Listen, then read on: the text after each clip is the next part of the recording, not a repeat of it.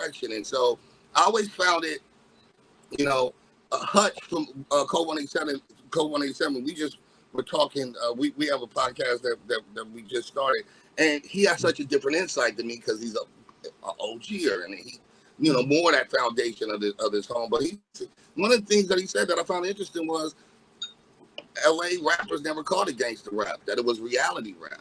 Right. And I was like, I vaguely remember that. That's right. And so we took a title that white people named it. Thank you. And started acting on that. Thank you. And I remember Pac saying, you know what I'm saying, you know, gangster shit. You're on with the hip hop. I'm like, no, nigga, it's all hip hop, nigga. How the fuck, like, when do you turn gangster rapper? You like, I don't understand it, because I know a lot of niggas, you know. Bro, I asked Wino in 2000, not Wino, I asked Battlecat in 2000. I said, Wino, you know where I grew up at, whoopty around this and the third. And I said, when have you ever seen me be different? He's like, you always wore your little white t-shirts, like some LA shit, like a pro club, but like you always wore a V-neck over it, because that's just what I wanted to wear. I wasn't forced to wear. I'm from Carson, ultimately. I never bought khakis because I had enough money to not have to buy khakis. I bought khakis. Yeah. I'm not going to lie to you. Why would I ever wear a pair of fucking Chucks? It ain't no fucking ankle support. Nigga, I was an Air Max nigga.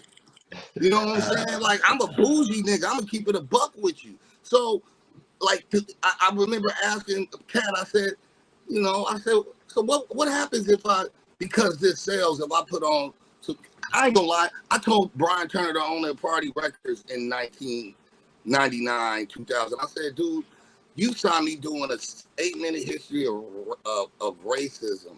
I said, I forgot how to crip walk by the time I was 13 because I didn't step into the set. So there was no point in me crip walking no more because I wasn't gonna be a crip. Everybody got affiliation, but I'm not gonna keep crip walking if I ain't cripping. Right. So I said, why would I do it now at 19? Because y'all want me to on some coon shit. And I think a lot of niggas just cooned out. So I said I wanted to have some nuance to that. I say all that to say that. I just think that it became convenient to sell, and a lot of niggas rolled with that. And I fought a hard battle that, to be perfectly honest, and it's not to take away from nobody else, but I felt like I tried to lay that path for the Absols and the Kendricks and even the Gangs, all these niggas to be lyrical. Just to say, bro, everybody ain't no fucking gang member out here, bro. And I used to tell the niggas in the interviews, like, I'm not unique. I'm not the only nigga. You know, we started rolling with this narrative that everybody wakes up, drinks a 40, crip walks to the car, 6-4 hot in the drive-by, and then gets the Jerry trophy. You know what I'm saying? And I had to tell niggas, like, bro, I'm not unique. It's a gang of niggas that's not, we grew up, and niggas ain't actively gang banging. It's niggas that strictly get money in the hood. It's niggas that strictly on bitches. It's niggas that's a basketball player. It's a square nigga that's gonna go to college and probably be a police officer. It don't mean he not from his hood. He gonna say relative or cousin. That's the tale. You know what I'm saying? But everybody ain't that stereotype, and because that sold a lot, it forced us with a narrative that unfortunately white people made up, and then my own niggas repeated it, and it was at a disadvantage and a disrespect to all of us to answer that question. You know what, bro, I'm gonna give you a clap right now, because I've been saying that shit for last 30 years. They don't believe me because I'm an old motherfucker, so they don't believe me. But see, when somebody from their own generation say that shit, because that was my get down.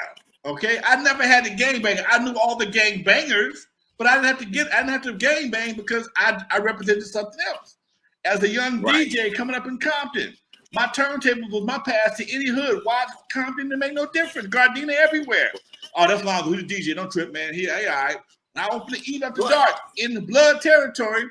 Niggas from Watts came and Watts and Compton felt comfortable coming over there because they know the nigga that did the party, man, did the homecoming dance. That's his spot now. Oh, okay, he cool.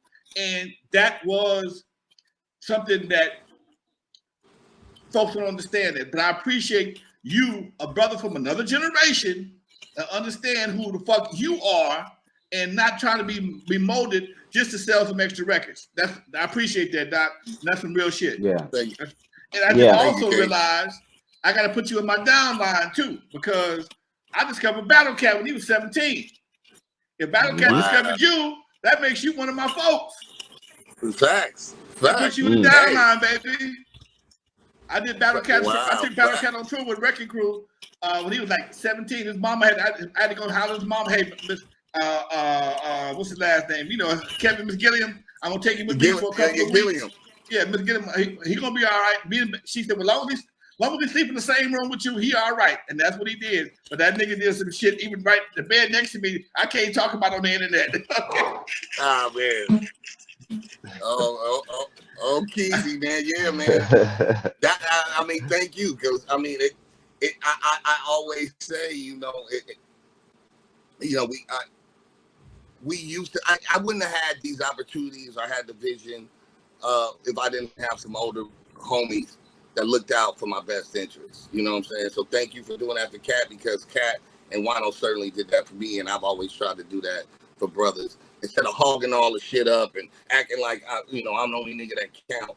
You know what I'm saying? I think that's a bad energy. Like, it takes a village to raise a child, and ultimately we all should have some kind of, not obligation, but we should show each other love, point each other in the right direction. A lot of niggas get it and act like they don't want nobody else on the hill. They be kicking niggas, putting grease on the walls, all that shit. Yeah, like if you get something, ain't gonna be enough for them. Facts, dude. Hey, Raz, let me ask you a question, brother. Man, okay, 1996. What an interesting time in hip hop that was. And your album was released, Soul on Ice, classic, was released just a few weeks after the passing of Tupac Shakur. Now, can you talk to us about going into that album, Soul on Ice, and just being a part of hip hop during that weird time where Tupac passed right before your album, and then 6 months later we lose Biggie Smalls? Can you just talk to us about hip hop at that time from your standpoint?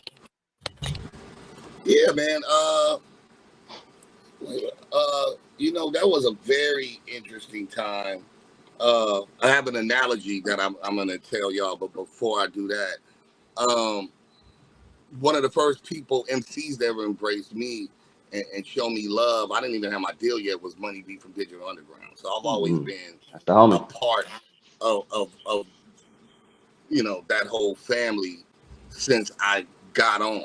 You know what I'm saying? Like, since I got an actual record deal. So I always fucked with them. Aside from that, Rated and all them was with Pop, Rated R and all of them. So, I kind of had a second row seat to Tupac.